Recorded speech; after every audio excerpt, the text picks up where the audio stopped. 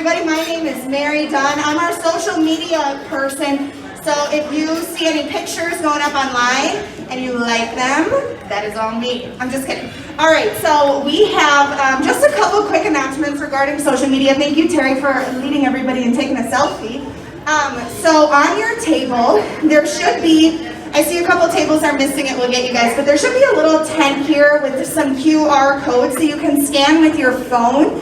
So you'll just open up your camera app, scan the QR code, and then it'll bring you to our Facebook, Instagram, and Twitter pages. So go ahead and go on there, make sure you like us, and then we will be posting pictures all day on our stories. We'll be tweeting about the day. If you have pictures, so taking your selfies, any other pictures that you take during the day. Around to a couple tables, and I want you to tell me where you're from, how long you've been a part of Survivor Speak, and why you're so excited to be here. So don't get shy on me. I'm coming right now.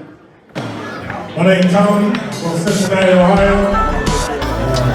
We drove 4.5 hours up here. I've been a part of CDSS since 2018. And y'all gotta give him another round of applause. He came from all the way Ohio to be supporting this event. Thank you, man. We appreciate it. You mind saying something? Good morning, everyone. My name is Venus Jackson. I'm from Chicago.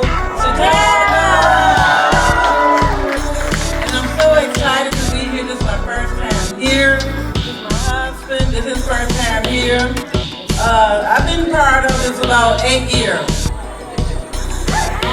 Chicago, make some noise in the house.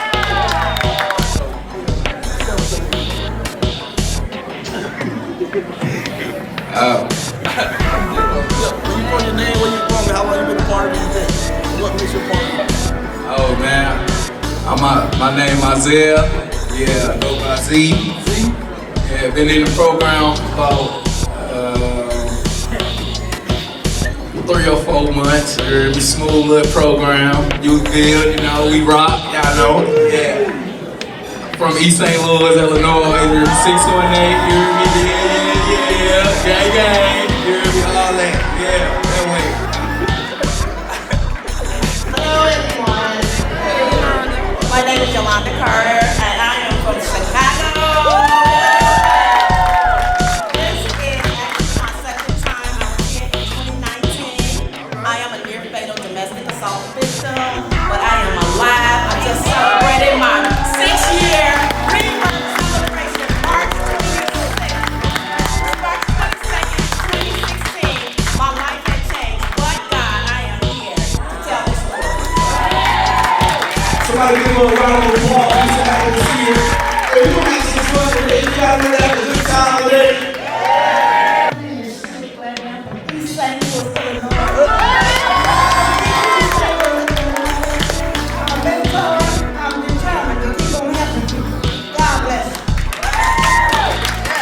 How you get blessed? You have somebody God will bless you, right? Good morning, everyone. My name is Lourdes Lara. I'm from Chicago. First time here. I'm a mother of 3 Carvajal. Wow. Okay. Alright, can you tell me how to say Survivor Speak in Spanish? Can you say that? Yo, what Survivor Speak change have to say in Spanish for me? Español? Yeah. Cuando los sobrevivientes alzan su voz, las cosas cambian.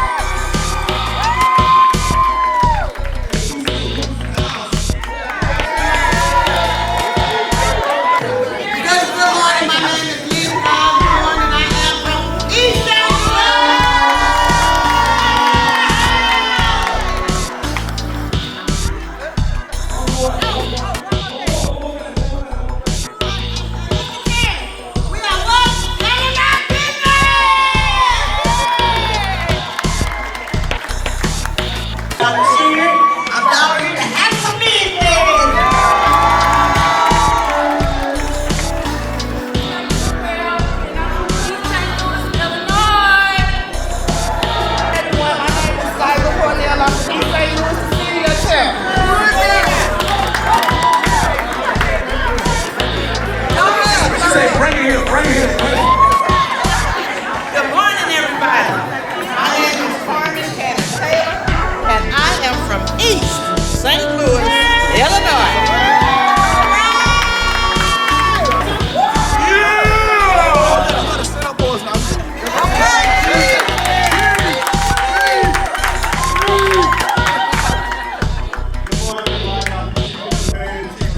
St. Louis, Illinois.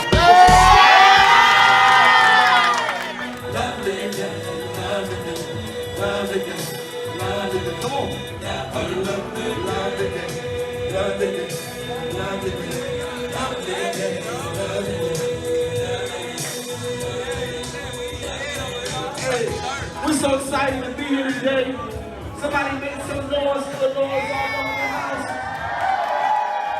Right before we get started, we have a small video we want to show you guys. So take your eyes to this paper.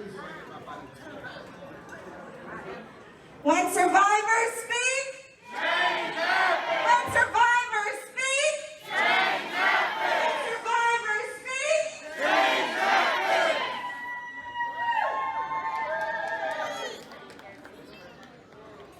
Thank you so much, man. We appreciate it. Are we all going to take care of each other today? All right, we love you, we're survivors.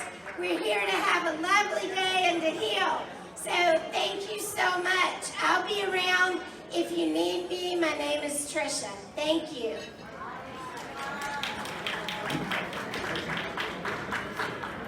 Todos los hermanos y hermanas que han venido de diferentes lugares de Illinois, ya hemos empezado la traducción. Ana y yo, Miguel Moreno, a su servicio, Canal 1, podemos estar escuchando toda la traducción en español.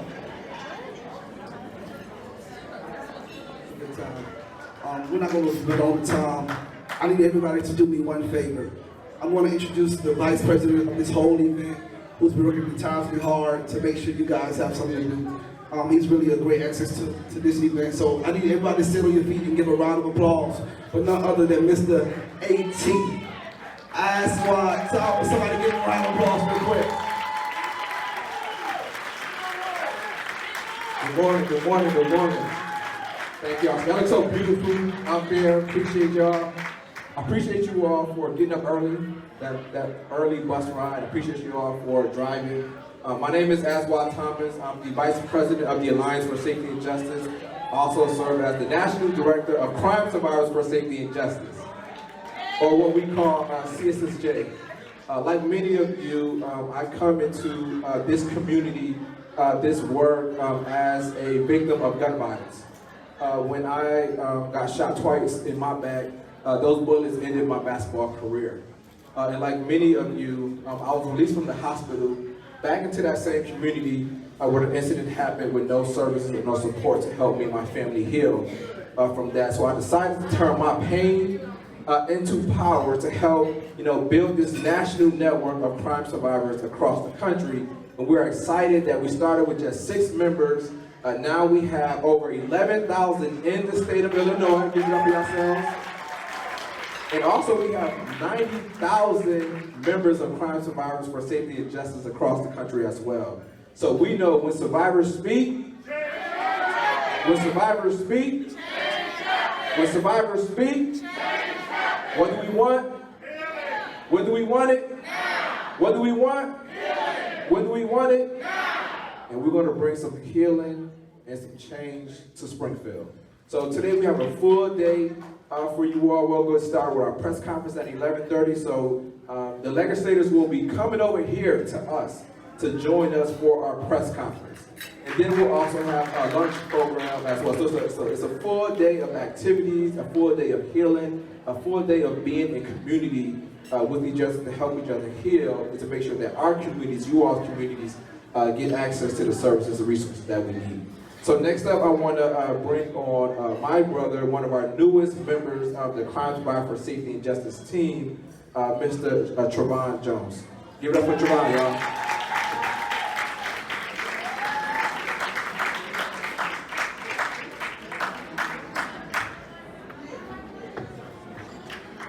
Hey, good morning, Illinois. I'm out now. I was was in Ohio 2 weeks ago for my first in-person Survivor Speaks.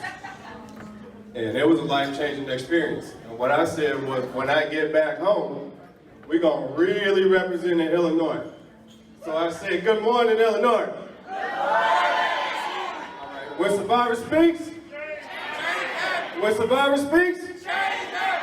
hey, good morning, good morning, good morning. My name is Trevon Jones. I'm the Illinois State Manager for CSSJ. And I just want to welcome you this morning, right? Like in this space, it's really important that we observe some togetherness, right? There's enough unity, divisiveness in the world today. And, you know, being survivors from all over the state of Illinois, in the same place at the same time, we don't always get an opportunity to unify and stand in solidarity, right? When we see each other, it's normally because we've beaten each other for a state championship or something like that. But today in Illinois, right, we can all stand together. So one time I want to know, is Peoria in the house? All right, all right, all right. Is Little Village in the house? All right, all right. Is West Side Chicago in the house? So y'all know what this is, right? One time. Is East St. Louis in the house? Is Illinois in the house? All right, that's what I'm talking about. Again, thank you all so much. Thank you for being here. Thank you for doing what you do. Thank you for sharing this space with us. Next up, I want to introduce one of my colleagues, just a brilliant individual. The dude has taught me a lot in a short period of time. I want to bring to the stage Juan Pablo Chavez.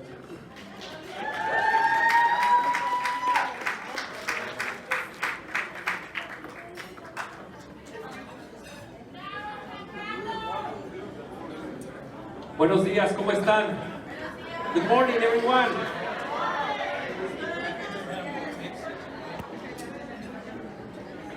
En los años pasados, nos tomábamos de la mano para decirnos gracias por estar aquí. Mas hoy hemos aprendido a saludarnos y a transmitir el amor que nos caracteriza a través de los ojos. Entonces quiero pedirte que escojas a alguien, te pongas de pie y lo mires a los ojos. Los que hablan español sí lo pueden hacer. Ponerse de pie, buscar a alguien, mirarle a los ojos y decirle gracias por estar aquí. Yo estoy contigo. Muy bien. Con los ojos, con los ojos, con los ojos. Sí. Los ojos están arriba de la nariz. Muy bien. Do you want to know what I said? Yeah. Do you want to know what I said? Yeah. I don't believe you. Do you want to know what I said in Spanish? Yeah. I need to know. I want to know. Do you want to know? Yeah. Okay. I want to know now. Okay, you want to know now, right? Okay. In the past years, we held hands and told each other, thank you for being here. Right? Remember? Today, we have learned to greet each other and transmit love, the happiness that characterizes us through our eyes. So I want to ask you if you can choose someone and look them in the eyes. Stand up and look them in the eyes. Okay? If you can stand up and look them in the eyes. Yes, if you can stand up and look them in the eyes and tell them, thank you for being here. No, if you can tell them with your eyes. With your eyes. With the eyes.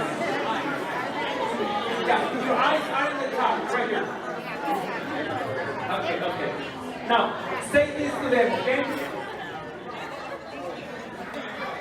Okay. So let me say this in Spanish, okay? Quizás. Si pueden guardar un poco de silencio aquí en esta. Quizás eres sobreviviente de crimen, quizás perdiste a alguien en la pandemia, dile, gracias por estar aquí. Quizás eres sobreviviente de violencia doméstica, dile, gracias por estar aquí. Quizás eres sobreviviente de odio, dile, gracias por estar aquí. Quizás eres sobreviviente de que invadieron tu casa, dile, gracias por estar aquí. Quizás eres sobreviviente de abuso sexual, gracias por estar aquí. Quizás eres sobreviviente de tráfico humano, gracias por estar aquí. Quizás perdiste un ser querido en estos tiempos, dile gracias por estar aquí. Gracias por estar aquí y representar la voz de los más lastimados, los más heridos, los que más han sufrido en el estado de Illinois. Dile gracias por estar aquí, yo estoy contigo. Do you want to know what I said in Spanish? Okay.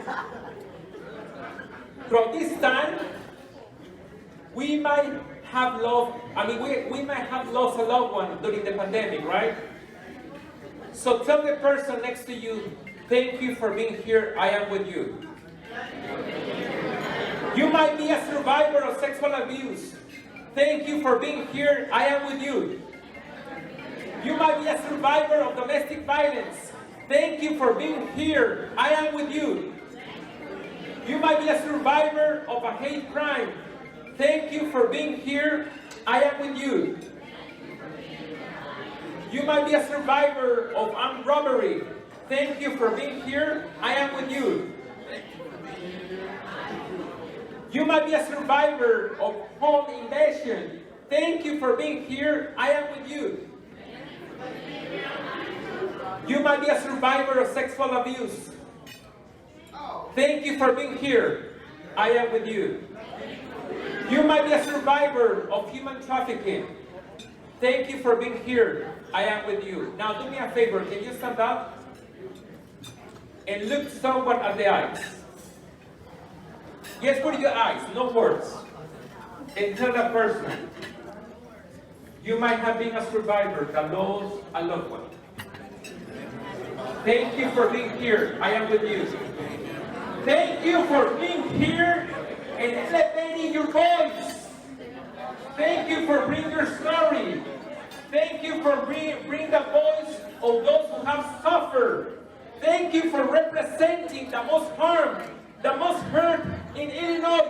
Thank you for being here. I am with you. Tell the person next to you, thank you for being here. I am with you. Say it one more time. Thank you for being here. I am with you.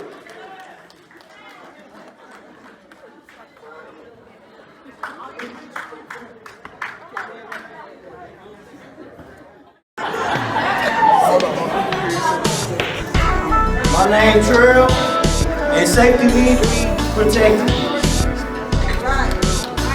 All right, cool. Thank you, Joe. Appreciate that. Keep going. You want to say something?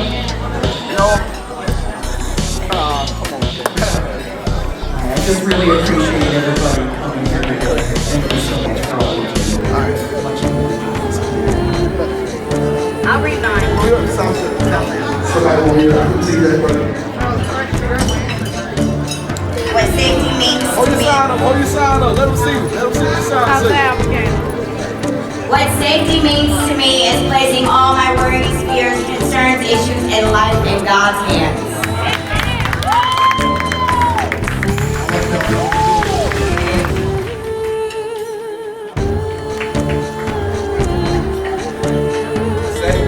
What safety means to me.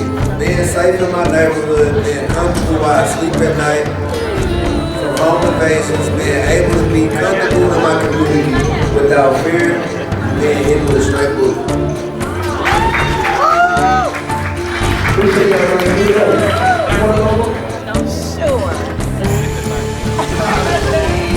CDSS, we feel, or what does safety mean to us or to me? It means secure, it means heard, it means loved and away from danger. Thank you. Say thank you. Thank you for that.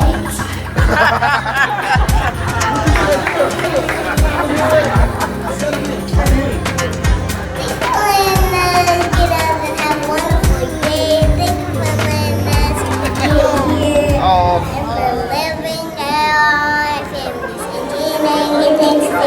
Amen.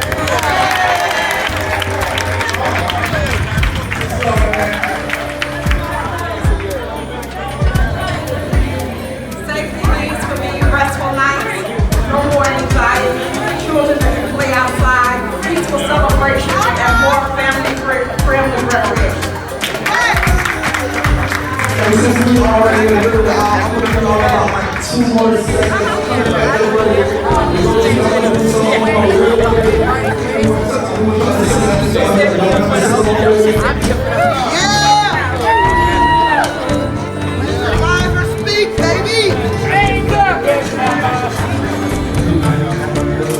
Take up a little bit.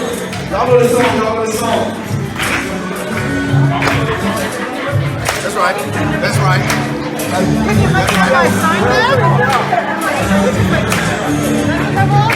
Yeah. That's what we do. That's what we do. That's what we do. That's what we do. We all have pain. Yeah. We all have sorrow. If we know wise, yeah, we know that there's always tomorrow. Lean on me, we are not strong. I'll be your friend. I'll help you carry on. For it won't be long. I'm gonna need somebody to lean on. What's that say? It's come on, brother. You are there. We all need somebody to lean on. I just might have a problem that you understand. We all need somebody to lean on. Lean on me. Say, come on.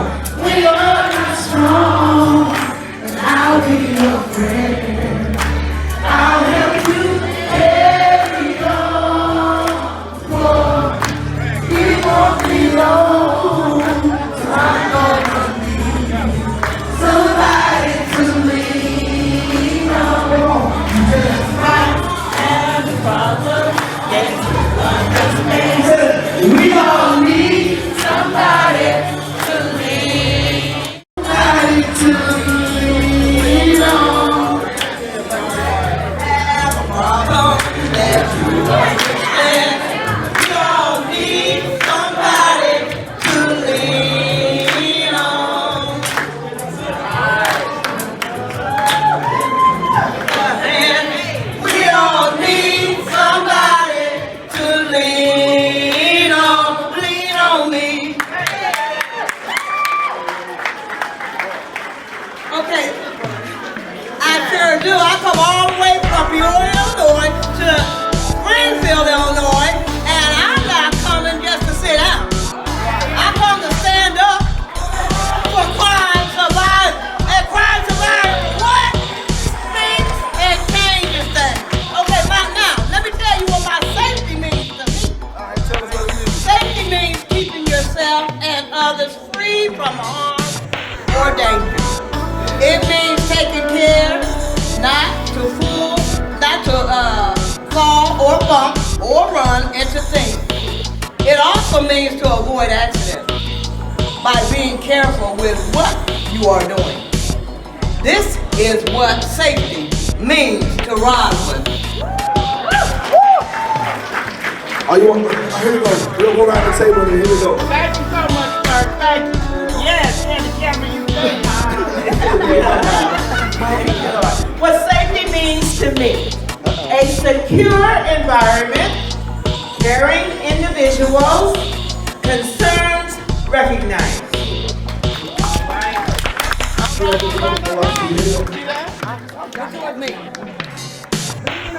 morning, everyone. Buenos días.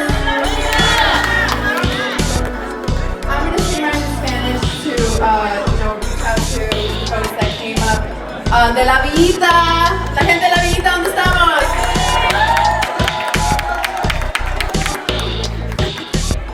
Para mí lo que significa la seguridad significa libertad del miedo, de no tener el miedo de salir en las comunidades, de estar libre de ese miedo y vivir la vida. Gracias, thank you. Thank you so much. A couple more, a couple more. Do you mind telling us what safety means to you? Safety means to me protect or keep me and others away from danger and or harm.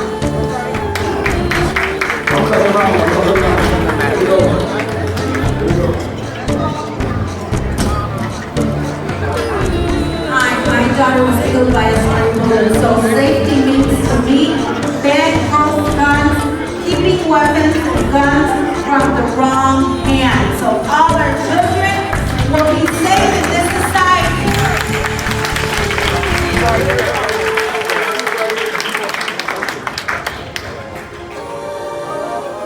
What safety means to me is allowing our children to play and grow without fear.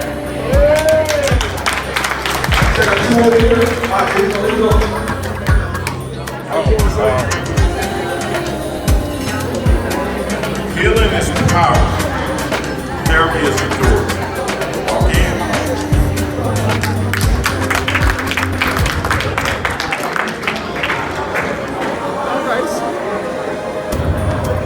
Hi everyone, my name is Jordan. I'm from Flossmoor, Illinois. What safety means to me?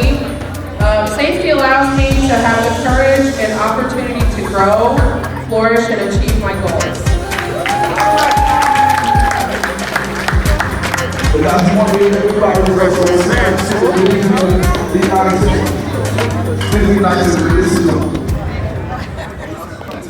Yeah, thank you for giving us the microphone.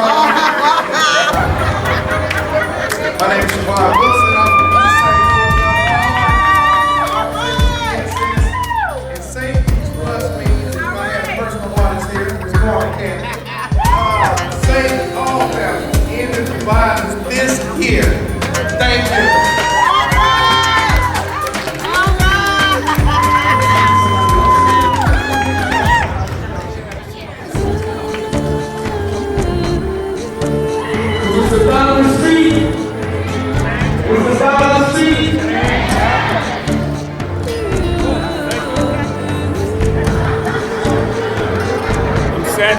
And I think peace in our homes, neighborhood, churches, libraries, and schools, protecting our children because we are one people.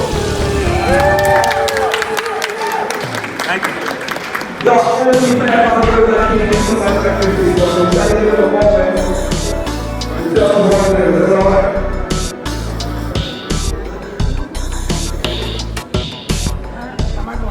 What safety means to me, keep people safe and keep them out of trouble. Stay out of harm's way.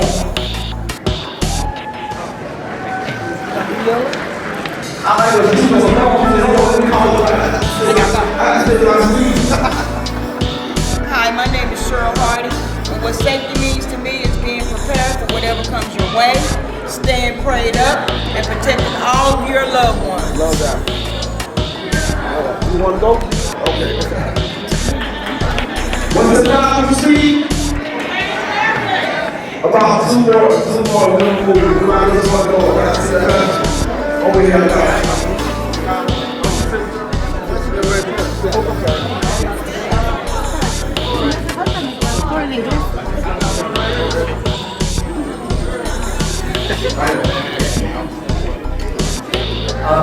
Safety to me means the tranquility of knowing that my future is secure and that I'm loved and that I'll be able to make it back home safe.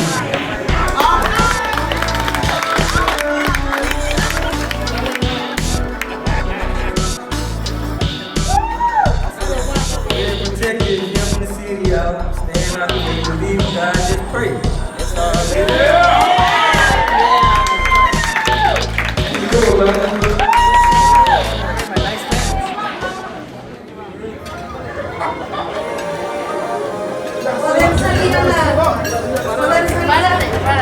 Poder salir y no tener miedo que las balas nos alcancen. Alza la violencia, por favor.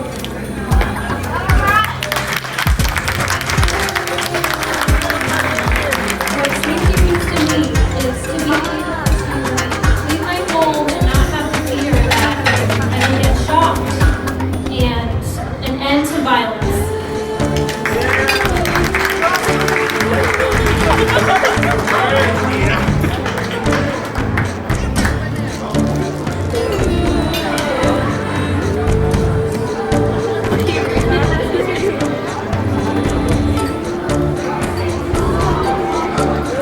¿Dónde está mi comunidad de Little Village? Yo les pido a todo Chicago, a todo Illinois, que bajen las armas por 24 horas. Un día a la vez, 24 horas abajo las armas. No más violencia, no más niños morir, no más mamás con dolor.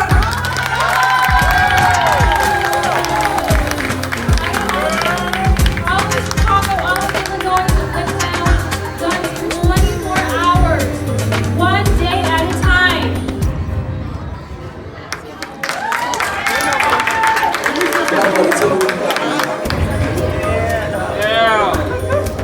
Safety means is to protect the people from danger and violence. Also, protect children from gang or negative acts.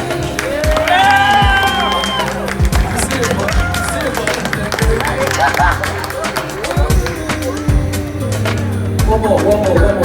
Okay, we go one more.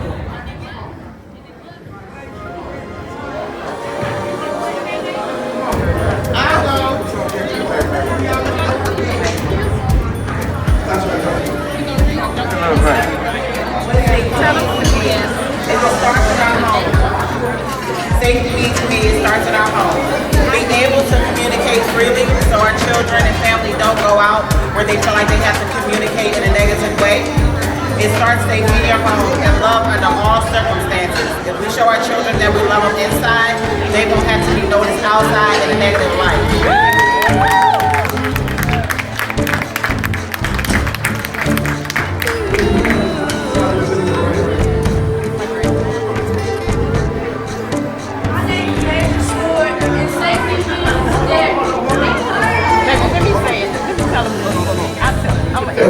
We want everybody to be able to hear me, so we can quiet down a little bit. We can't hear over here, so can everybody just quiet down a little bit? We really appreciate you. My name is Nature. It's the nature store, and safety means that people in the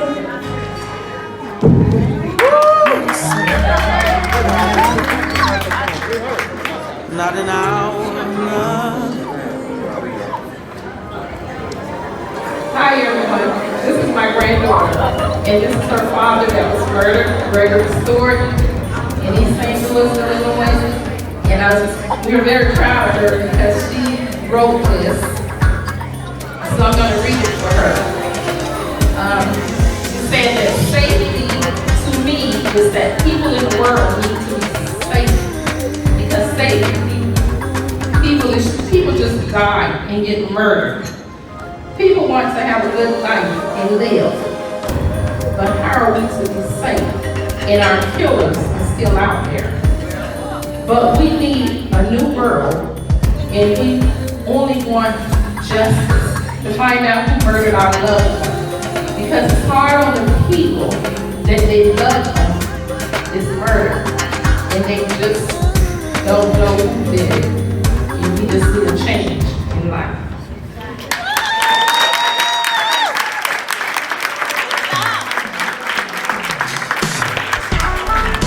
I think we can take a moment right here and just give the thank you. Give this lady a round of applause. I just say something. I think that says a lot. It's not easy to say in front of a microphone, especially when you get experiencing that thing. So, can y'all just one more time give this lady a round of applause? She's gonna know she's loved and she's cared for. Each each and last one of you all in this building is love. And being here today proves that change can happen because it's happening right here in this room. And I just want to thank all of y'all for being here today. Thank you. Two more, I'm gonna turn it over. I got two more, I'm gonna turn it over. I don't want to get too far. I'm gonna turn it over. Here you go. My name is Elizabeth, they call me Liz. And what safety means to me, that we have to know that we're not alone, letting go of situations that happen and allowing to work itself out, speaking out about what happened, having a voice, and talking about it, and having consideration of others, and all come together and work it out. I am a survivor of gun violence. I'm gonna tell my story, but you go and tell your story, that's fine. Okay. Briefly, I'm a lady, Peoria, Illinois. Back in 2020, I got shot multiple times in my face, at least 5 times in my face, left me with one eye. I'm still alive. Left me with hearing only 1 ear. And I'm able to breathe on my own. No trach, no nothing anymore. And yes, it does suck when you don't know who did it, why they did it, or whatever, but it doesn't matter. God's in control of my opinion and my thought, and what done in the dark shall come to the light. And I don't bother nobody. There's nothing out, some people volunteering work, and I got shot in the miss. Wow. God is a miracle worker, ain't he? Okay, we got like, how you hand with you over here? You following along the journey? Come on, come on. I like this. So what you want to say? All right. Fat, that's his fat. Here's my baby. Oh, shit. What safety means to me, make sure if you got a vehicle ride in the back, make sure they are strapped in. I lost my baby last year, but 2 years ago, That was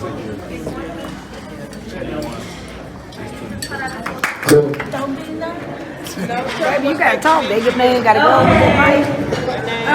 My name is Mary Herrera. The cinnamon helped me a lot. I'm taking Let's say what she wanna say. I'm taking my medicine on time. I'm seeing the doctor on time. I'm cooking on time. Yeah, she's a good cook. And I'm learning, they're teaching me a lot. I'm finna get my own plate pretty soon. I like to celebrate on time. I'm going to get everything. Is there any birthdays in the month of March? Are you in today? Anybody have a birthday in the month of March or April? Birthday in the month of March or April? Raise your hand real quick. You want to say happy birthday to you real quick? Is that all right? All right. Turn it up, turn it up, turn it up, turn it up, turn it up. If your birthday is in the month of September, you clap your hands. Hey, what? All right. Happy birthday. Come on, come on, come on, come on, come on, come on. Happy birthday.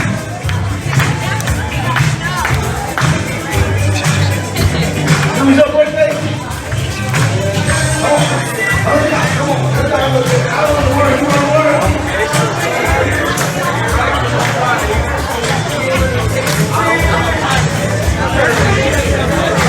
Y'all ain't gonna say happy birthday? Y'all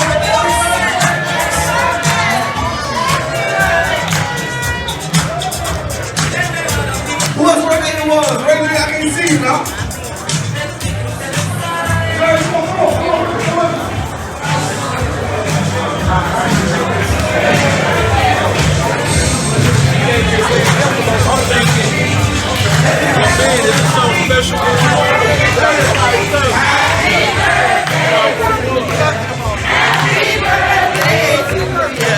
Happy birthday.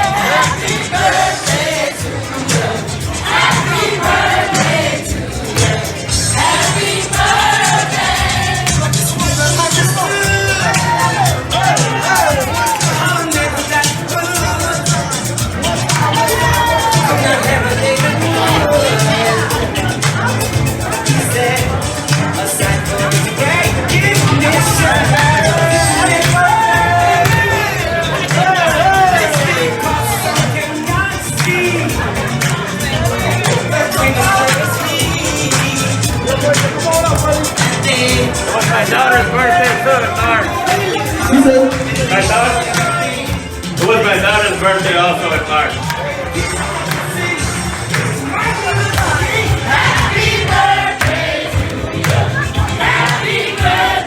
To you. Happy birthday to you. Happy birthday to you. Happy birthday. All the words.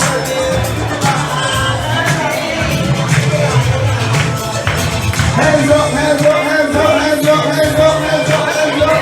Hey, hey, hey, hey.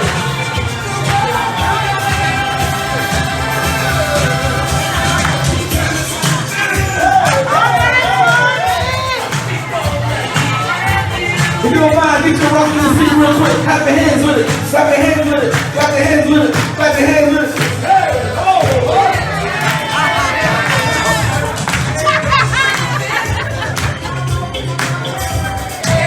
They should be scared.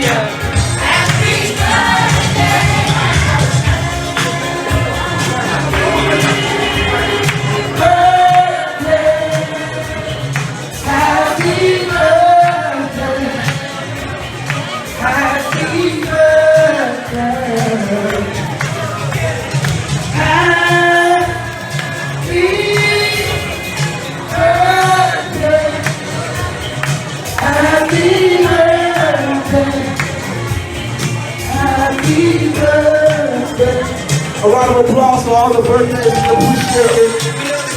Illinois, I'm from Florida.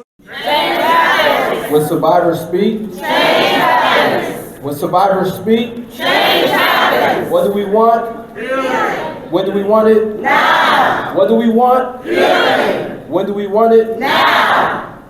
Welcome. My name is Aswad Thomas. I'm the National Director of Crime Survivors for Safety and Justice.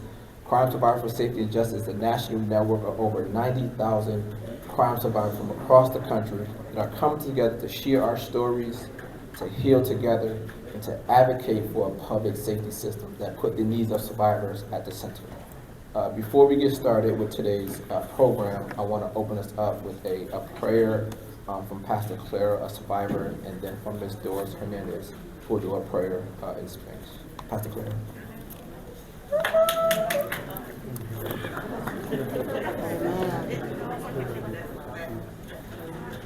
Let's pray. Father, we are so elated to be here today. We thank you for bringing us over the highways safely from all over the state. We thank you for all of the survivors that are here today from every walk of life. God, we acknowledge you because we realize that we cannot make it through this journey without you. We thank you, God, so much for your grace and for your mercy.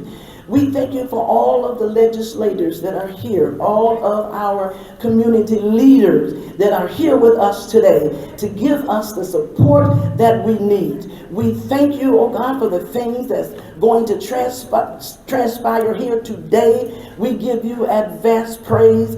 We believe by faith that everything we are advocating for is going to come to pass. And we thank you for that today. Now as we move on, you be in the midst of us. We give you glory, we give you honor, and we give you praise. In Jesus' name we pray. Amen and amen.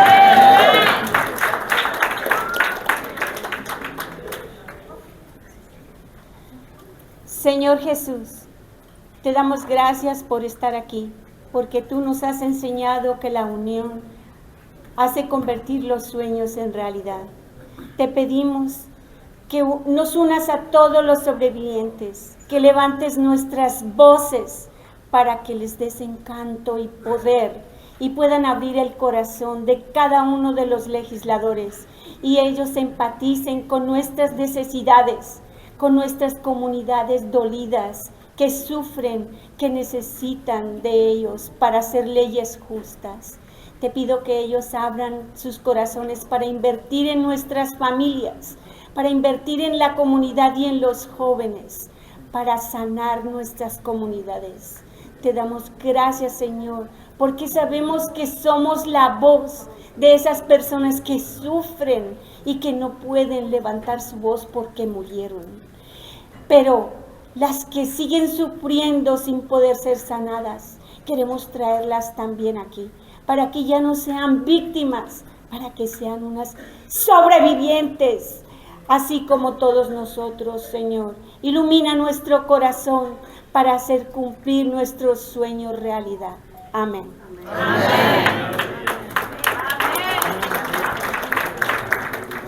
Thank you, Pastor Clara. Thank you, Doris.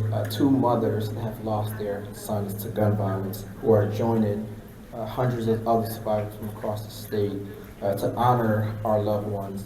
But as Ms. Pastor Clara said, to make sure the policies that we are advocating for come to fruition. You know, it's an honor to be joined by such courageous and powerful crime survivors and advocates from across the state of Illinois. And it's also an honor to be joined by several legislators who are here with us today. So thank you, Representative Jihan Gordon Booth from Peoria, who has been championing survivors for years. Thank you, Representative Slaughter, for your leadership. Thank you, Senator Peters. Thank you, Representative Sims, and all the other legislators who are here with us today. You know, today is not about politics. We are coming together from across the state, from all parts of Illinois, to talk about safety. We are here from East St. Louis, Peoria, Rockford, Decatur, Chicago, Mount Vernon, Marion. Whether you're from downstate or Chicago, we see you and we are all here because we all want safety. This is a challenging time for so many survivors and communities across the state. The impact of COVID and violence have brought so much pain and hardship to our communities. At every level, here today, we see people who are grieving the lives of their loved ones. We are here with survivors of domestic violence, of gun violence and sexual assault. Survivors from those communities that are most harmed by violence. Those same communities and these people in this room today are least supported by the justice system. But that must change. We must make sure that our voices are heard, not only here at the Capitol, but it's heard in policies and budgets and statutes to help us heal and make our communities safe. We can do more. We will do more because we need trauma recovery. We need mental health services. We need prevention programs. But we also need to invest in the organizations in this room who are providing direct victim services. The grassroots organizations and survivor leaders who are responding to violence in their communities. But these organizations don't have the adequate funding to hire more staff, to meet the needs of survivors and communities, but most importantly, to help survivors get the services that they need to heal and recover from crime. So next I want to bring up CSSJ Chicago Chapter Coordinator, Ms. Bertha Purnell, to share a few remarks. Bertha.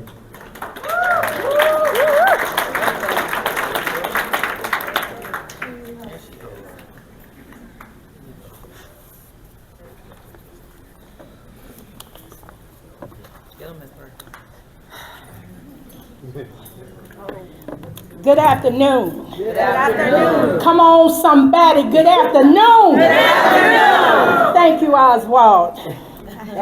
And thank each of you for coming to this momentous occasion today. I lost my son Maurice at the age of 28, less than a mile from my home after visiting on a Saturday afternoon. I'm sure you all know so well the emptiness and loss that never goes away. Unaddressed trauma can lead to long-standing mental health and emotional issues, as well as contact with the justice system. Something must be done to address the violence that has taken far too many lives. But we must focus on tracking the root cause of this violence.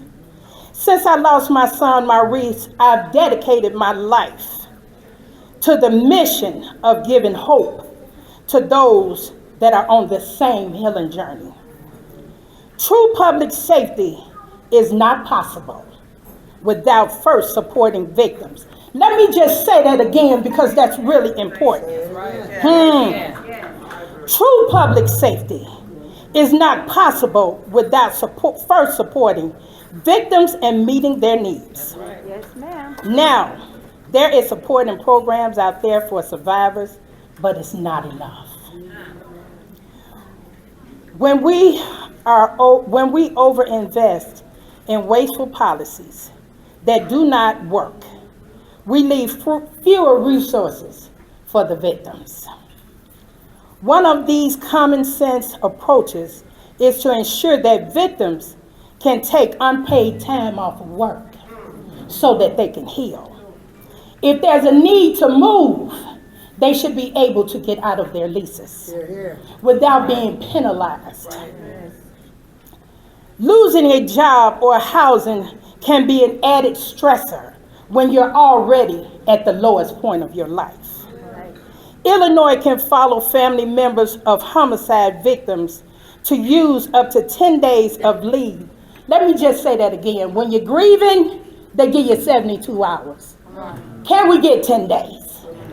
We need those things. We need to heal health. Legislators can also update the Safety Homes Act to extend lease termination protection to more victims of violent crime so that they can be safe and break a lease early. Violence prevention can truly be effective when trusted providers work closely with their communities, but a lot of programs simply don't have the support to keep their doors open. Recent cuts are further putting these programs in danger and unable to meet the victim needs. We need to have our needs met. But the state can invest in grants for frontline communities based victim services noted in places most harmed by victims. In addition, investing in trauma recovery services can bring the proven model to even more communities. And if you don't know what a trauma recovery center is, there's some people here from Advocate on the south side of Chicago, Evergreen Park. Look, raise your hand so they can find you out so you can let them know what it is. In addition, investing in trauma recovery service can bring the proven model to even more communities and help survivors with mental health care, legal assistance, and other critical services. Together, we can make Illinois safer for everyone.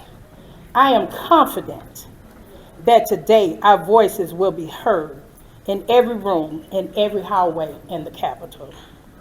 Because when survivors speak, change happens. All right. Thank you all.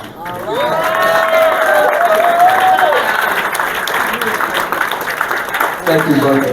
When survivors speak, change happens. When survivors speak, change happens. We also know when our legislative leaders speak, change happens. Next up, I want to bring to the podium Representative Jihan Gordon-Blue.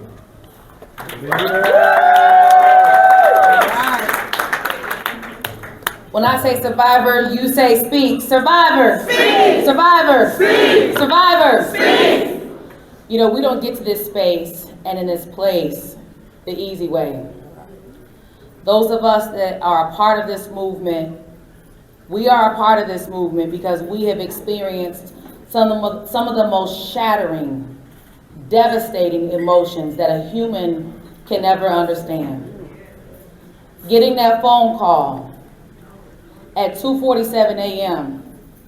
to say that your loved one is in the ER, and you get in that car and you travel that road praying and hoping that it isn't them, that somehow there must be a mistaken identity. Only to get there and the nurse greets you to tell you that yes, your loved one is there and it's critical.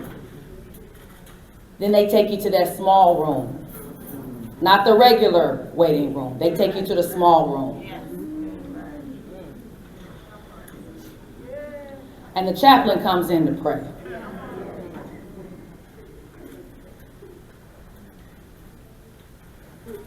And the doctor walks in, takes off his surgical hat, puts it on his chest, and says a bunch of words that don't matter. Because all you remember is they told you that they did all that they could. But your baby is gone. There are too many of us in this room that have experienced that feeling. And there are too many people in this state that have experienced that feeling. That feeling is what brought you to Springfield today, to champion policies, because there are people just like us. And I say us because I'm you. That's my story. But my story is your story, and yours is mine. And I carry it with me every day when I walk into that Capitol. And so what we're going to continue to do as survivors is we're not going to allow our loved ones' name to die in vain. That's right. We are going to continue to fight for trauma services, for healing that survivors have to have, because we have to center survivors when we're talking about crime. When we talk about violence, we have to heal our communities. You can't incarcerate your way out of this. You can't prosecute your way out of this. We have to heal our community. And that's what survivors uniquely can do in the state of Illinois. And as my good friend Senator Peters say, we want public safety for all. For all. Today is a day that we can make a difference. We can bring the change that we want to see, that we know our communities need. We know our communities need this support. And what you have here today is a group of legislators who see you, who feel you, and acknowledge that this is real. This isn't feel-good policy, this is real stuff. And if we can get more legislators to understand this space that we're in, we can see and be the change. Survivors, speak. Survivors, speak. Survivors, speak. Because Survivors Speaks, in 2017, myself and then Senator, but now Attorney General Kwame Raoul passed legislation working with the Crime Survivors for Safety and Justice. Y'all know what we were able to do? We were able to do away with over 2,000 mandatory minimums that was crowding the Illinois Department of Corrections. And when someone is sent to the Department of Corrections, they actually have the ability to actually be rehabilitated before they come back home. Yes. You know what we also did? We created trauma recovery centers. We started with 1 and went to 2, 3, 4, 5, 6, 7, 8, 9, and we're at 10 right now. That's because of you. That's because of you. But we need 10 more. And then we need 10 more. And then we need 10 more. And we'll get it because survivors speak. Survivors speak. Survivors speak. Thank you and God bless.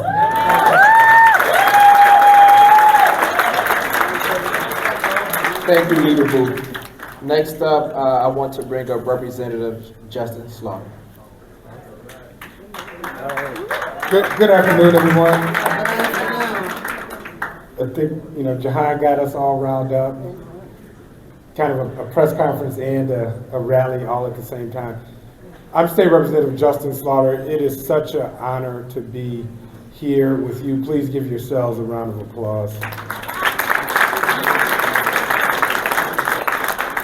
And we're right, this is not about politics. Just as a black boy and now a black man, growing up living on the south side of Chicago, it's also about lived experience. And unfortunately, we're all too familiar with crime, violence, and survivors. I think it's critically important to really understand your significance, how critical and vital you are. Not just you've heard me say, hey, let's go from protest to progress. You've heard me say that before. That's a mantra because it's not just about a rally, it's not just about a press conference. Legislators are extremely proud that you're at the forefront of impacting change through policy. That's right. Yes. And what you've seen, and I'm sorry, I know Senator Sims is here, in my opinion, the most influential bill has been the Crime Survivors Bill of 2017, but you've also seen major landmark legislation like the Safety Act. Senator Peters is here, like the Reimagine Public Safety Act. It's time for us to turn the page, usher in a new chapter where we reimagine how we look at these crises. I think it's important that we start to see this as a public health crisis. This was something that Illinois' very own President Obama really spearheaded in the White House. We've seen the governor and lieutenant governor late last year declare violence a public health crisis. But when you look at all the myriad of social determinants of health, and we want to look at the entire system, whether it's police reform and transparency and accountability, whether it's taking aim at our mass incarceration crisis with resentencing, crime and violence reduction is that third piece. But survivor resources are so vital and important. Believe me, we know that we have a lot more work to do. We're extremely grateful for the trauma recovery centers that Leader Gordon Boot just talked about. But we are doing everything we can to fight for these resources in our budget. Time to turn the corner. One thing that, and I'll do my little chant, when I say we will, you say rise. We will. Rise. We will. Rise. We will. Rise. That's right. We're going to continue to rise, continue to make this an important, critical issue. We're so grateful for the leadership of this organization. Heard from our vice president. I know the president is here somewhere. She's back here. Tremendous leadership, and we thank you so very much. And again, we will go from protest to progress. Thank you so much.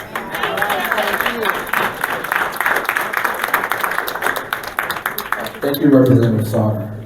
As part of Survivors Speak, we have lost loved ones. We are survivors ourselves. As we transition to our healing vision, I want to bring up 4 crime survivors with me. Miss Yolanda Jordan, Yvette Castaneda, Yolanda Carter, and Maria Pike. So if you have a candle, please hold your candles as we light one for our loved ones.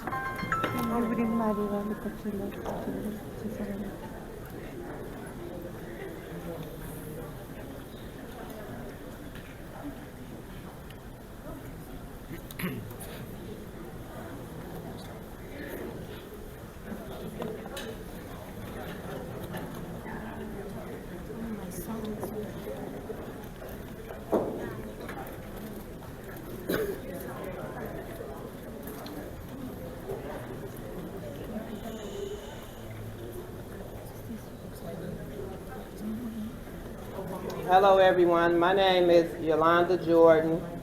I light this candle in memory of every parent here that lost a child. My name is Yolanda Jordan. I light this candle in honor of every parent that lost a child.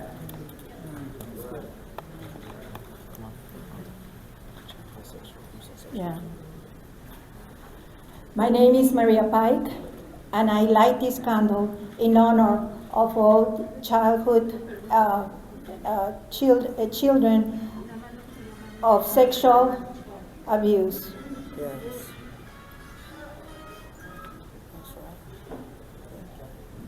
Hello everyone, my name is Yolanda Carter, and I am a survivor, and I light this candle for all of the domestic violence survivors. Hi everyone, my name is Doctora Ivette Castañeda. I want us all to lift up our loved ones who have survived and also given us the power to be here. And on the count of 3, I want us to say their names so that they can enter the space and join us and help us build this power that we need to stop systemic racism, to stop the powers against us, people of color, that has caused us to live in the situation that we know we need an end to. On the count of 3, we're going to say their names. 1, 2, 3.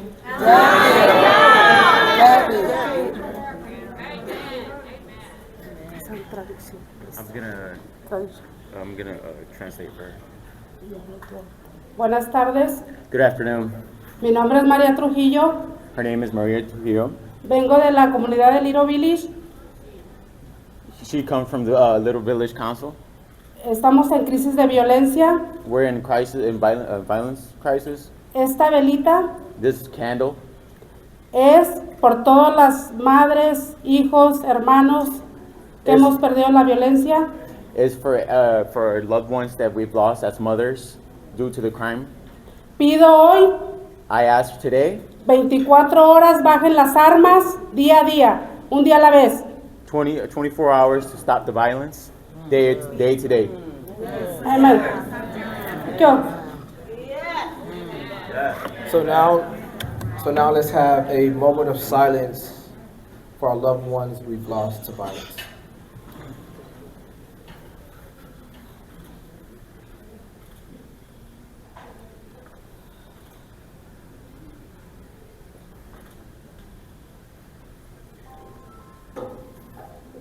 And as we sit here in silence, please feel free to call in the names of loved ones who you want to bring into this space.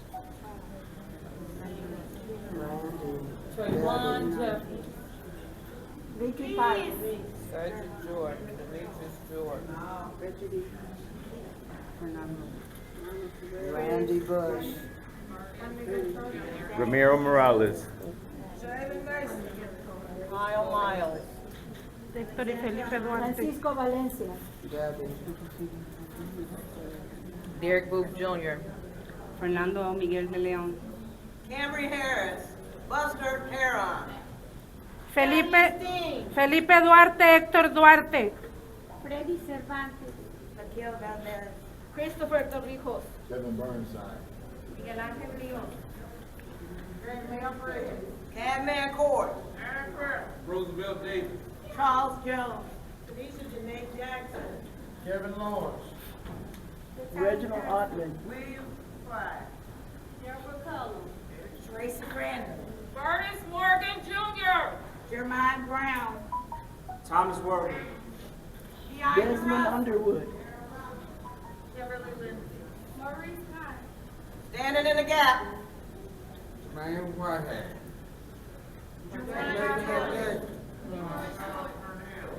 Ron Rudy. Marcus Davis. James Lopez. Darnell Louise Boyce Jr. Cornelia Sanchez. Jeremiah Ford. Lamp Lampkin. Corner Cornell. Martin. Carlos Israel Sotelo. Juan Miguel Torres. José Correa. Cold case. Jeremy Jones. Alex Antonio Taylor. Okay. Christopher Price. Richard Jones. Les Berry. Alec Brown. Ricky Pine. Rashawn Williams. Laquan McDonald. We hear you, we see you, and we are here to advocate for more trauma recovery centers. If you want more trauma recovery centers, say yes. Yes! If you want more trauma recovery centers, say yes. Yes! If you want more mental health services, say yes. Yes! If you want more prevention programs, say yes. Yes! If you want more victim services in your community, say yes. Yes! When survivors speak, Change happens! when survivors speak, Change happens! when survivors speak, Change happens! thank you all for joining us today for our Survivors Speak Illinois event. Hundreds of survivors traveled across the country to bring healing to Springfield. And we thank you. Yes!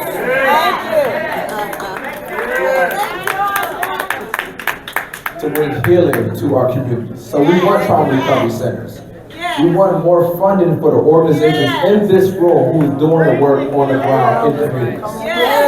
We want more mental health services. We want more programs to help stop the cycle of violence in our communities. We want more trauma recovery centers, say yes. If you want more funding for victim services, say yes. If you want more mental health treatment, say yes. And if you want more healing, say yes. And we can't do this work without our legislative leaders. So again, Representative Jihan Gordon Booth, thank you.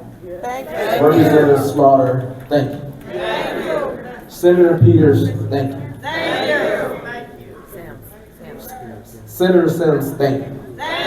Representative Greenwood, thank you. Senator Bell, thank you. Representative LaPointe, thank you. And thank all the legislators who are here advocating for our healing, for our well-being. Thank you! But we want to take time to honor several leaders who I just mentioned. Senator Peters, Representative Slaughter, and Senator Sims. Before we close here today, we want to acknowledge your leadership. We want to acknowledge your commitment for survivors. And we want to present you with the Champion for Safety and Justice Award. For your leadership, for your commitment, and for your dedication to making survivors' voices heard here in the county. So thank you, and we appreciate your leadership. When survivors speak, what do we want? What do we want it? What do we want? Where do we want it? What do we want? Where do we want it? And we are healed because we are here together. So as we close out today's press conference, I want to call up Mr. Terry Frost to join me. Hope the song blesses you. Turn up.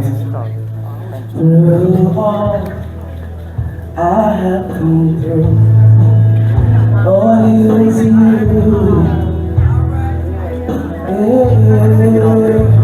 Through all I have come through, always you. It was you. It was you. Say that. Go ahead. One more time. It was you. Yeah. All it was you.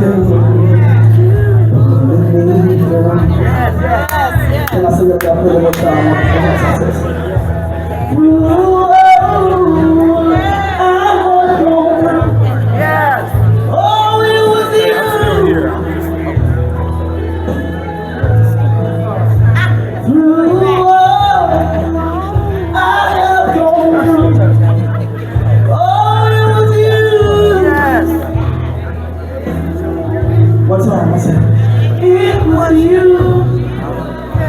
It was you. Pulling me through. Yes, yes.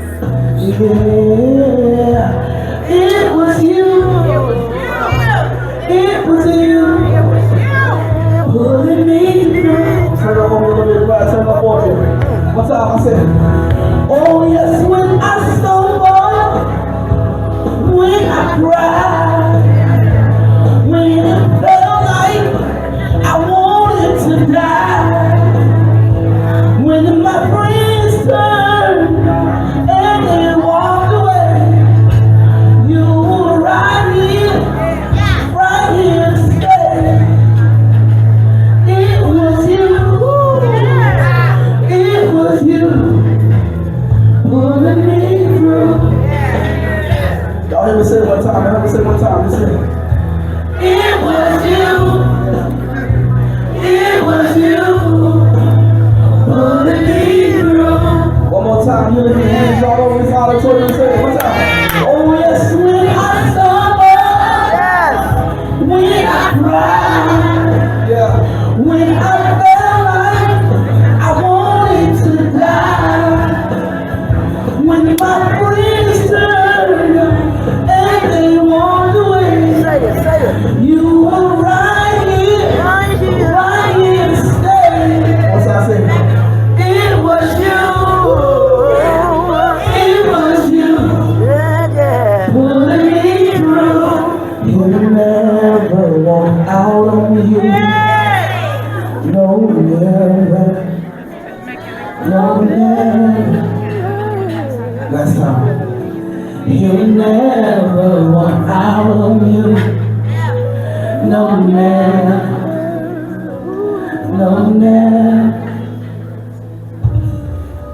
All right. That's what I always say back over to you, man. Give me a high five, buddy.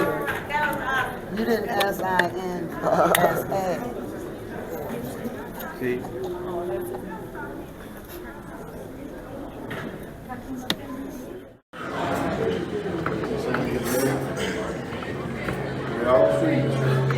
Hey, Illinois, one time for my man Terry real quick, y'all. Terry been traveling with us from Survivor Speaks to Survivor Speaks. He didn't really have to do it, right? So we appreciate him and the energy that he brings to this event. So as we want to kind of wrap this event up today, we're doing something a little bit different. As we kind of wind down and enjoy our fellowship, our last minutes of fellowship here, what we wanted to do was have this fireside chat and allow us to kind of highlight some of the leaders, survivors who are leaders in our community, because that's what it's all about. We're gaining power, we're building power so that we can lead and heal our communities, right? So today, I'm like, I want to tell y'all this side note. They asked me to do this, and I was like super pumped up, because when they asked me to do this, what they did not realize was I'm a big fan of both of these dudes, right? Big fan of both of these dudes, right? For different reasons. So as a football person, a coach, I'm from a long line of football coaches. My dad coached, my grandfather coached, my brother's coach. I coached myself, Cahokia High School. We got Cahokia people in the house? We got East St. Louis though, I'm sorry. One of the people I followed, Stedman Bailey, I followed his college football team. I think that 2012, 2013 West Virginia football team is one of the best of all time. Tavon Austin, Geno Smith, and Stedman Bailey, right? And he was drafted by the Rams, who at the time, I was a D-Rams fan, right? Not no more. Got divorced from the Rams. Right? And one of the reasons I stopped following the Rams when I was the fan was I didn't really like how the situation played out when my man got drafted and then he retired and all. I didn't really understand. And I thought the Rams should have done a better job of letting the community know what was going on. But anyway, I'm a fan of Mr. Stedman Bailey. And the same way like I can look at this man as a giant on the field, talk about a giant, talk about a beast in the community, Mr. Terry Burnside, right?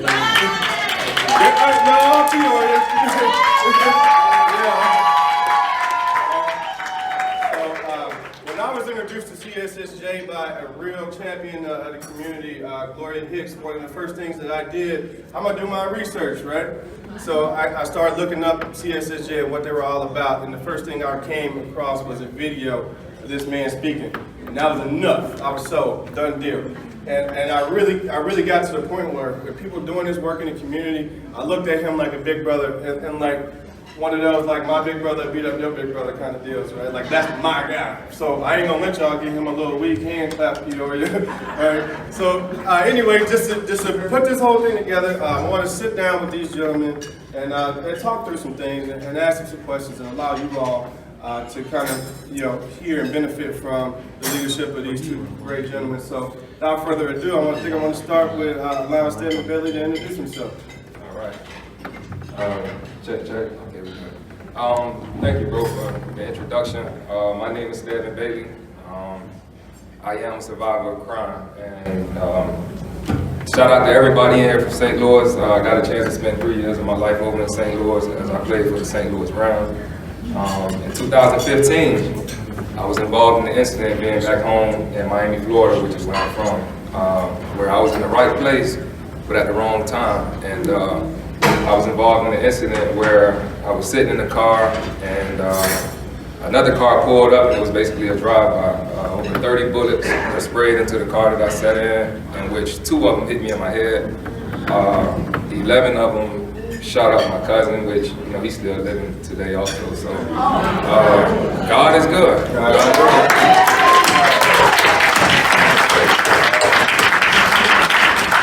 That moment ended my football career and it changed my life forever. But I'm thankful for the bigger picture that I'm still here today, and I just want to make sure that I'm paying my life experiences forward to to try to help people who've been through similar events like myself. And I'm happy to be here. I commend all you all for coming out today, and that's me.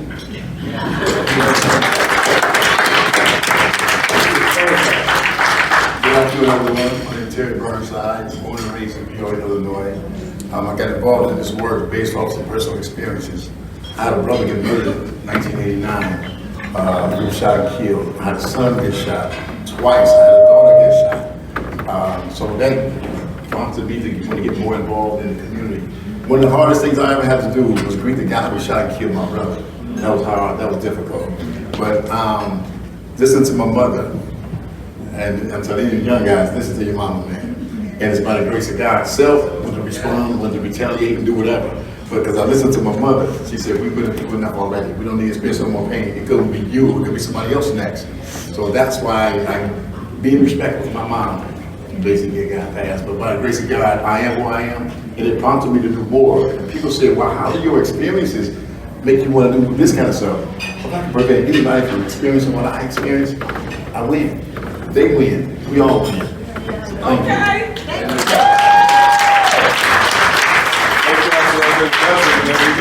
Let's go ahead and have a seat and get into our fireside chats and put this nice furniture up here for us. Thank you so much. We did that, didn't we? More got the borders too. Right. So I think we'll start with Stephen. Would you talk to us a little bit about how are you healing through your actions? Well, I first want to say that I'm thankful to God that I have a relationship with Christ. Because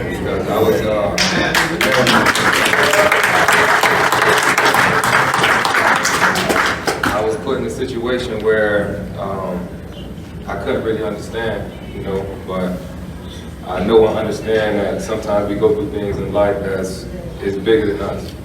So, to be honest with you, I struggled. I developed a whole lot of mental health ailments as a result of being shot in the head, and depression, PTSD, anxiety be off the charts. So, I had to lean on prayer a lot for like maybe the first couple of years.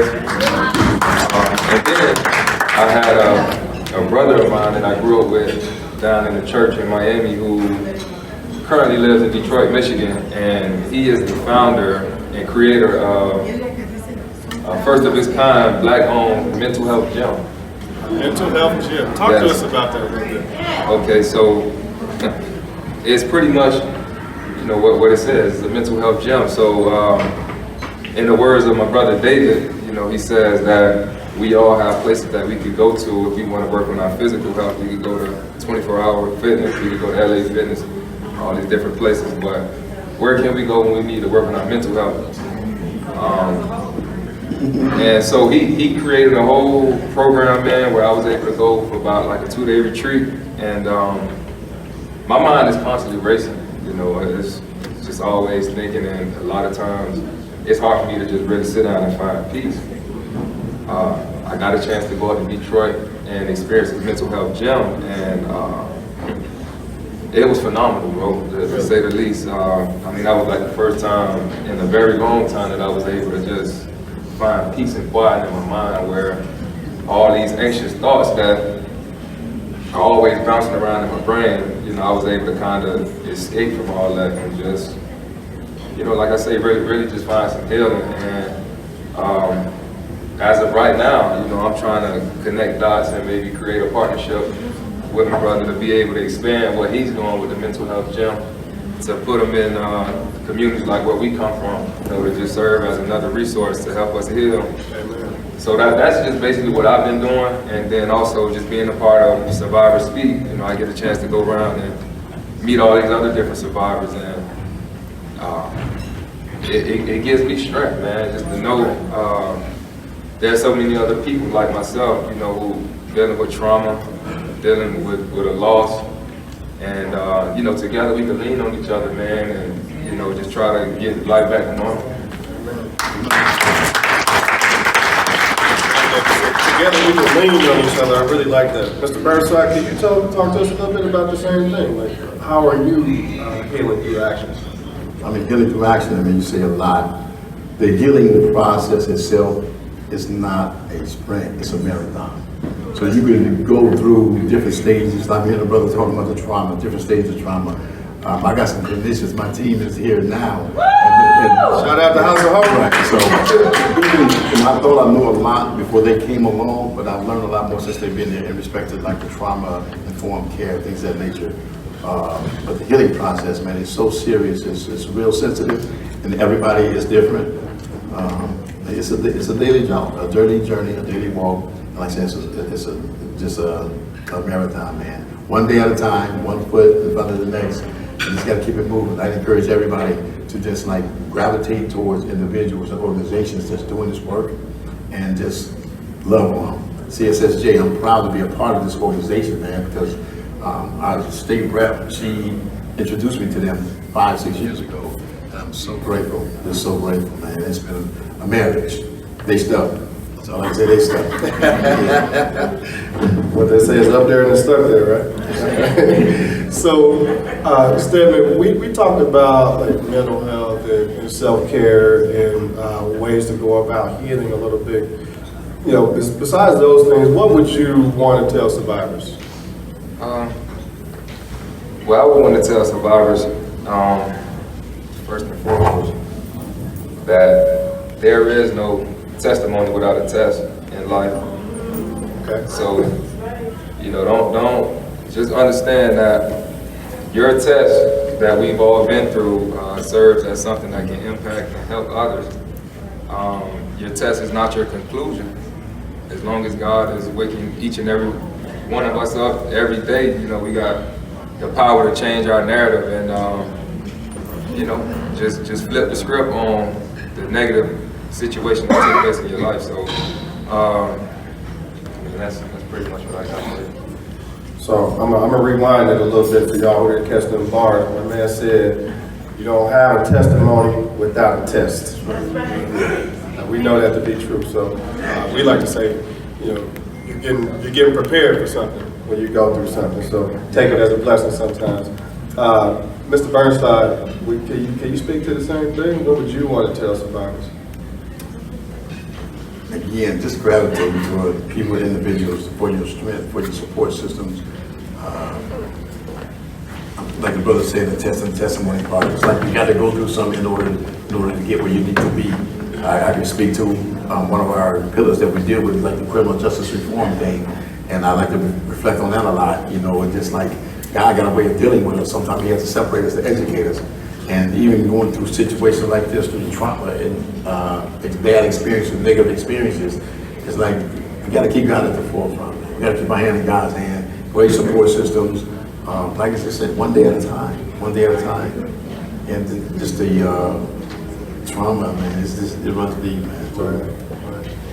So we know trauma to be one of those things that perpetuates cycles of violence in our communities, right? Traumatized people hurt people. That's a fact. And without the services and the trauma recovery centers in our communities that we need, right? It's kind of hard for us to break those cycles. So that's why these things are important. That's why Survivor Speaks. That's why we come to Survivor Speaks. There was, the voice of the survivor was not being heard, right? And you have to do these things in the Capitol because this is where the power is. If we're going to gain power, if we're going to create power in our communities and among survivors, if we're going to heal, we have to do those things here in the Capitol. So it's been a fantastic day. We're glad that all of you are here, and I think we're going to ask one more question because we kind of want to end on a word of hope. So, Stephen, talk to me about hope.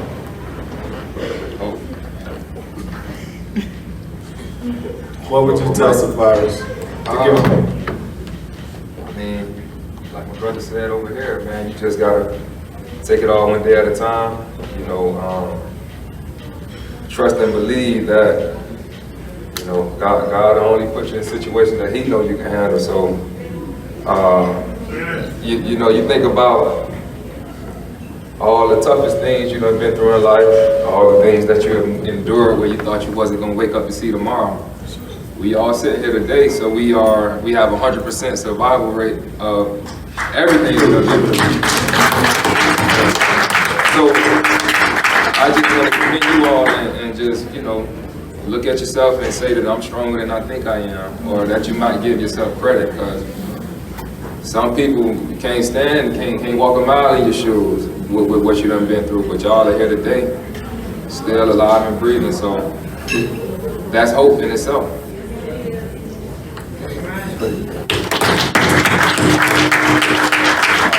Collectively, all the things that we've been through, he said 100% survival rate right here in this room, and that's a whole miracle. So, Mr. House of Hope himself, what you got for me? Hope. Just to piggyback on what he just said, I'm the founder and the executive director of House of Hope in Peoria, Illinois. The name came from thinking about the location, the demographics where we live in the heart of the hood, like everybody knows, it's all throughout the country. So I'm looking, just driving through the street one day and just thinking about what can we do differently.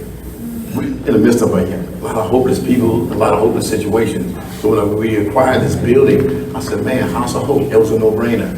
And we create opportunity, resources, providing resources. We have youth and adult type of support groups, do stuff weekly down there.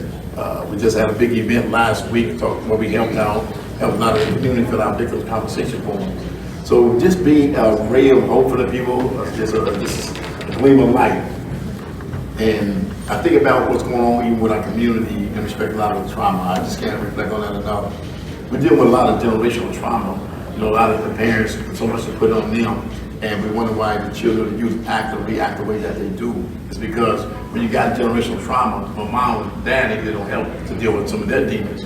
They only pass down to our children. Yeah. So then we call them bad. Well, I need to get them help, but they can't help them until they help themselves. All right.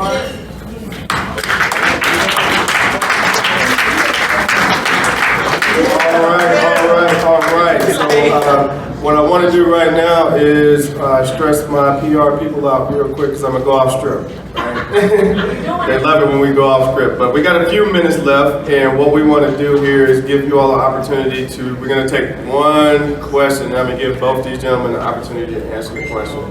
Oh, there you go.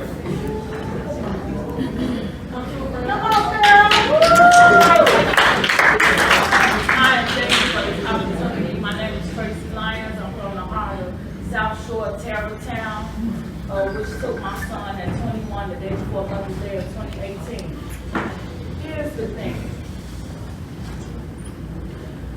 Been here, done that. This is my second time here. It's time for action. No more ops, no more eating, action. And I mean what I mean, let's rebuild, reconstruct, reconnect, and help these black boys live. Stop targeting Ray Ray and putting him in jail for 25 years. Get the mold that brought the gun to Ray Ray, that killed my son. Get them drugs, that gentrification that y'all tearing down our communities and not helping us. I have 4 children that's left behind that cannot function and receive what just happened to their brother, getting shot up the day before Mother's Day. What are we gonna do? We need to do it now.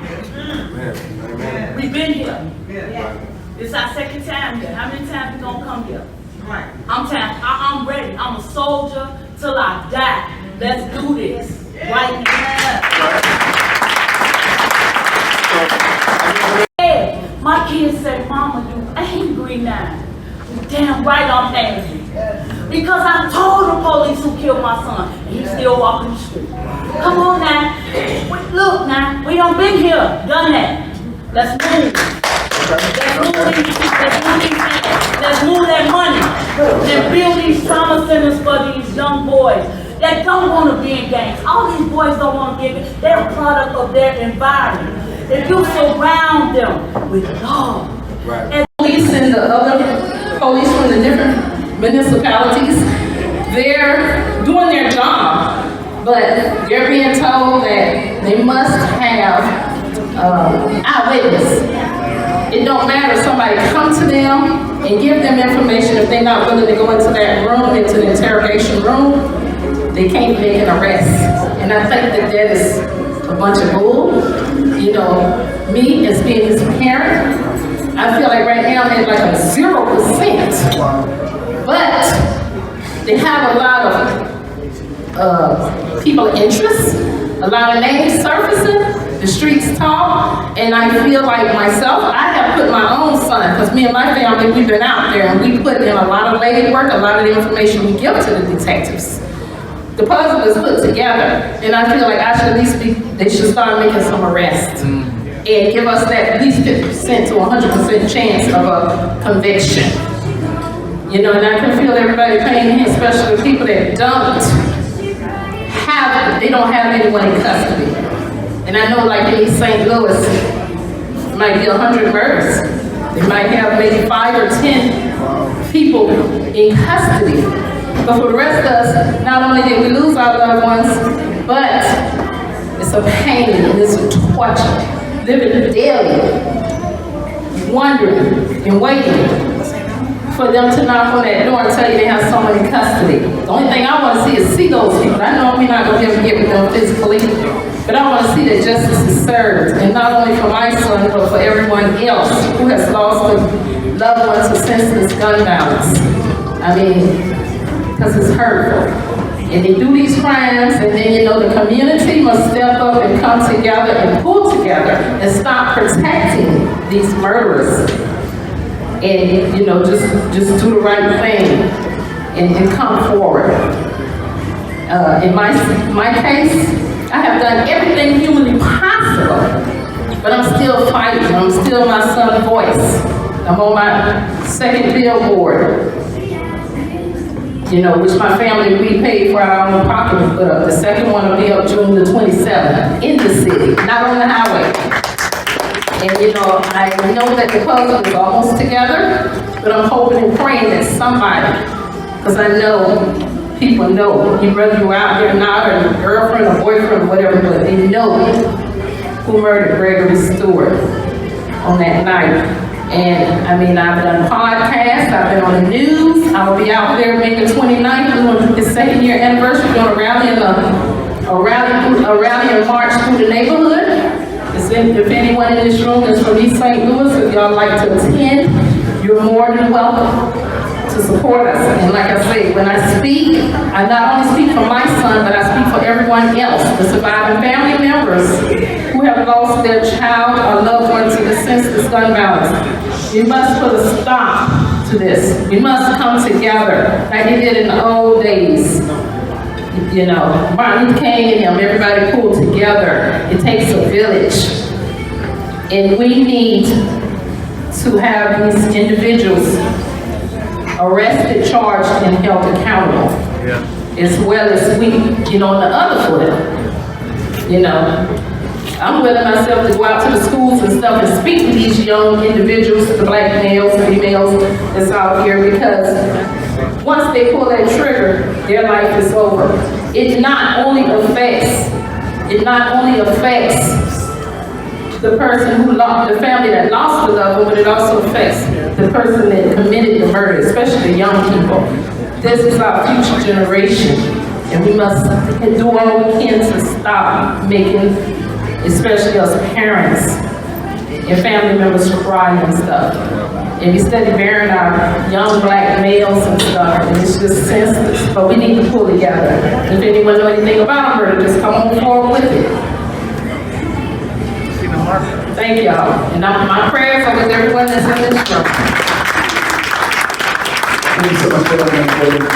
There are some people that just came in from the Capitol who did not eat. Please get some food.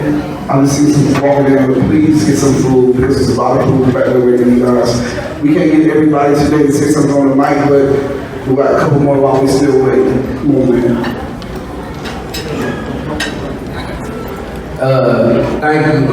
My name is Joe Tez. I'm 21 years old from East St. Louis.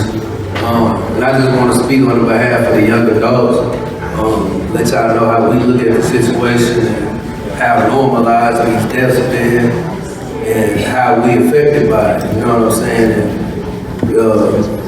And I can say it's not gangster to not live your life. It's not gangster to not travel the world. And I'm saying that to the young kids that heard and whoever that heard it, it's not gangster. Nothing about that is gangster. We won't be glorified.